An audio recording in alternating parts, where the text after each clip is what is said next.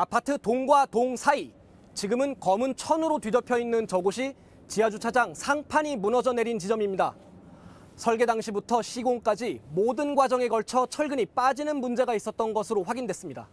지난 여름 서울에 기록적인 폭우가 내렸을 때 문 연 지 몇 달 안 된 신축 아파트 상가가 물바다가 됐던 일이 있습니다. 단순히 비가 많이 와서 그렇게 된 줄 알았는데 부실 시공 정황이 포착됐습니다. 노동자 6명이 숨진 광주 아파트 신축 공사 붕괴 사고. 꼭대기 39층부터 16개 층이 무너져 내린 대형 참사였습니다. 집에서 양치를 하고 있는데 갑자기 욕실 타일이 부서져 내리는 일이 벌어졌습니다. 입주한 지 3년밖에 안 된 서울의 한 아파트입니다. 네, 지난 4월 입주를 앞둔 인천의 한 아파트 공사장에서 지하주차장이 무너지는 아찔한 사고가 있었죠. 조사 결과가 나왔는데 한마디로 총체적 부실이었습니다. 발주처인 LH가 설계에서부터 철근을 반 정도 빼놨는데 시공사인 GS건설이 공사 과정에서 또 반을 빼먹었습니다. 결국 무너질 수밖에 없었습니다. 오원석 기자입니다. 아파트 동과 동 사이, 지금은 검은 천으로 뒤덮여 있는 저곳이 지하주차장 상판이 무너져 내린 지점입니다. 설계 당시부터 시공까지 모든 과정에 걸쳐 철근이 빠지는 문제가 있었던 것으로 확인됐습니다. 사고가 난 곳은 LH가 발주해서 GS건설이 시공한 공공분양 아파트로 올해 말 입주 예정이었습니다. 국토교통부 조사 결과에 따르면 LH가 책임진 설계도부터 구멍이 났습니다. 지하주차장 기둥엔 지붕을 떠받치는 철근 다발인 전단 보강근이 반드시 들어가야 합니다. 하지만 설계도엔 지하주차장 기둥 32개 가운데 절반가량인 15개엔 철근 다발을 안 넣어도 되는 걸로 표시됐습니다. 이것도 모자라 GS건설은 실제 공사 과정에서 또 한 번 철근을 빼먹었습니다.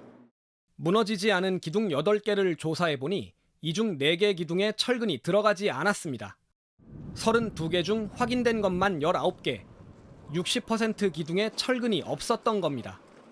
여기에 콘크리트 강도도 기준에 미치지 못했습니다. 전단보강에 누락이 됐기 때문에 굉장히 저항력이 약화된 상황이죠. 콘크리트 강도도 약간 미달하고 이러다가 보니까 붕괴가 발생한 것이고요.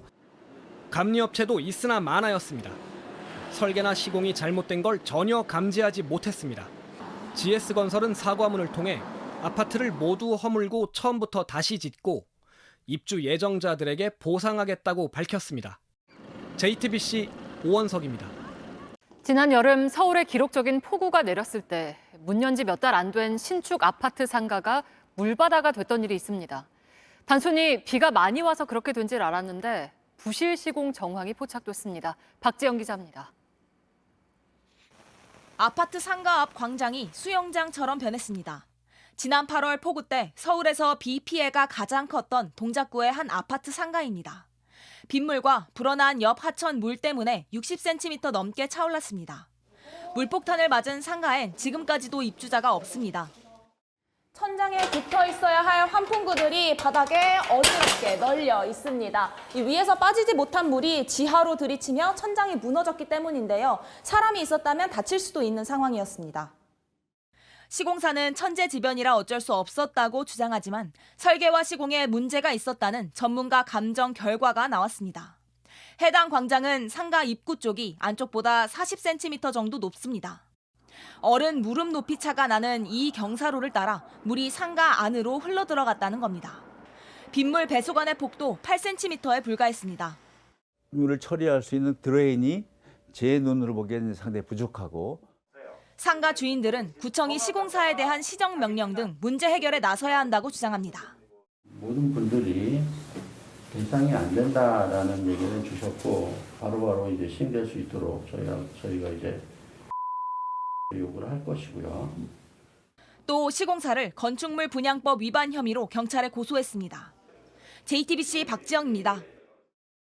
2달 전 광주에서 짓고 있던 아파트가 무너진 것 관련해서 그동안 사고 원인을 조사해온 국토부가 그 결과를 발표했습니다. 공사 과정 전반에 문제가 있었다면서 사실상 총체적인 인재였다고 결론을 내렸습니다. 정진명 기자입니다. 노동자 6명이 숨진 광주 아파트 신축 공사 붕괴 사고. 꼭대기 39층부터 16개 층이 무너져 내린 대형 참사였습니다. 국토부 건설사고조사위원회는 지난 2달 동안 진행한 사고 원인 조사 결과를 발표했습니다. 조사위는 사고 직접적인 원인을 무단 구조 변경으로 봤습니다. 39층 바닥 시공 방법을 설계도와 다르게 변경했다는 겁니다. 시공 방법을 바꾸면서 39층을 지지하던 설비공간 피트층에선 콘크리트 가벽 7개의 무게가 설계 하중을 크게 넘어섰습니다. 이 과정에서 구조 안전성 검토는 없었습니다. 피트층 아래 3개층에선 콘크리트를 지지하는 동바리를 조기 철거했습니다. 이로 인해 1차 붕괴가 시작됐고 건물 아래 방향으로 연속 붕괴가 이어졌습니다. 불량 콘크리트도 문제였습니다. 현장에서 채취한 콘크리트 강도가 17개 층 중 15개 층에서 기준 이하로 드러났습니다. 조사위는 부실한 관리 감독도 붕괴 원인으로 지목했습니다. 시공관리, 감리 기능의 부실 등 총체적인 부실로 발생한 인재라고 판단하였습니다. 경찰은 현재까지 붕괴 사고 책임으로 모두 20명을 입건했습니다. 현대산업개발 관계자 등 안전관리 책임자 5명에 대해선 업무상 과실치사상 등 혐의로 구속영장을 신청했습니다. 동바리 철거라든지 구조 검토라든지 품질 관리라든지 이런 것들까지 포함돼서 안전을 위해서 지켜야 될 주의 의무를 위반했다. 국토부는 조사 결과를 바탕으로 현대산업개발에 대한 제재와 관련 재발 방지 대책을 이달 중 발표할 예정입니다. JTBC 정진명입니다. 집에서 양치를 하고 있는데 갑자기 욕실 타일이 부서져 내리는 일이 벌어졌습니다. 입주한 지 3년밖에 안 된 서울의 한 아파트입니다. 송우영 기자입니다. 아파트 욕실 벽에 스티로폼이 커다랗게 붙어 있습니다. 조심스레 뜯어보니 원래 붙어 있어야 할 타일이 깨져 있습니다. 다시 또 파손이 될까 무너질까 봐 테이핑을 해놓고 가신 것 같은데. 2019년 입주를 시작한 이 아파트에서 살고 있는 김서윤 씨는 지난달 양치를 하다가 큰 사고를 당할 뻔했습니다. 욕실 벽이 갑자기 부서져 내린 겁니다. 며칠 전부터 이 문틀이 아예 틀어져가지고 문 자체가 얹히듯해서 아예 안 닫히더라고요. 그랬더니 천정 쪽에서 정말 막 퀴익한 뒤틀리는 소리가 나면서 팡 터지면서 마치 폭발 사고 현장 같았다고 합니다. 그 폭발음이 정말 무슨 가스 폭발하는 것처럼 완전 폭발하면서 파편이 저쪽 벽까지 튀었어요. 집이 무너지는 줄 알고 너무 놀라갖고 3살짜리 아이 데리고 그냥 바깥으로 도망갔어요. 연락을 받고 온 시공사 관계자는 단순 타일 불량이라고 했습니다. 그러면서 조만간 보수를 해주겠다며 스티로폼으로 깨진 벽면을 가려놨습니다. 광주의 그 아파트 붕괴가 보도가 되고 나서 사실 너무 공포스러운 그 기분이 들어서 안전성이 문제가 없는지 전문가를 불러서 좀 봐달라고 했는데 그거조차도 인정을. 시공사 측은 취재진에게 추운 겨울 콘크리트가 수축하면서 발생하는 현상이라며 구조적인 문제가 아니라 안전에는 이상이 없다는 입장을 거듭 강조했습니다. 해당 세대에게는 빨리 보수를 해주겠다고도 했습니다. 주택에 하자가 발생하면 먼저 시공사에 보수를 요청해야 하는데 만약 시공사가 보수를 거부하면 국토교통부에 하자 심사를 요구할 수 있습니다.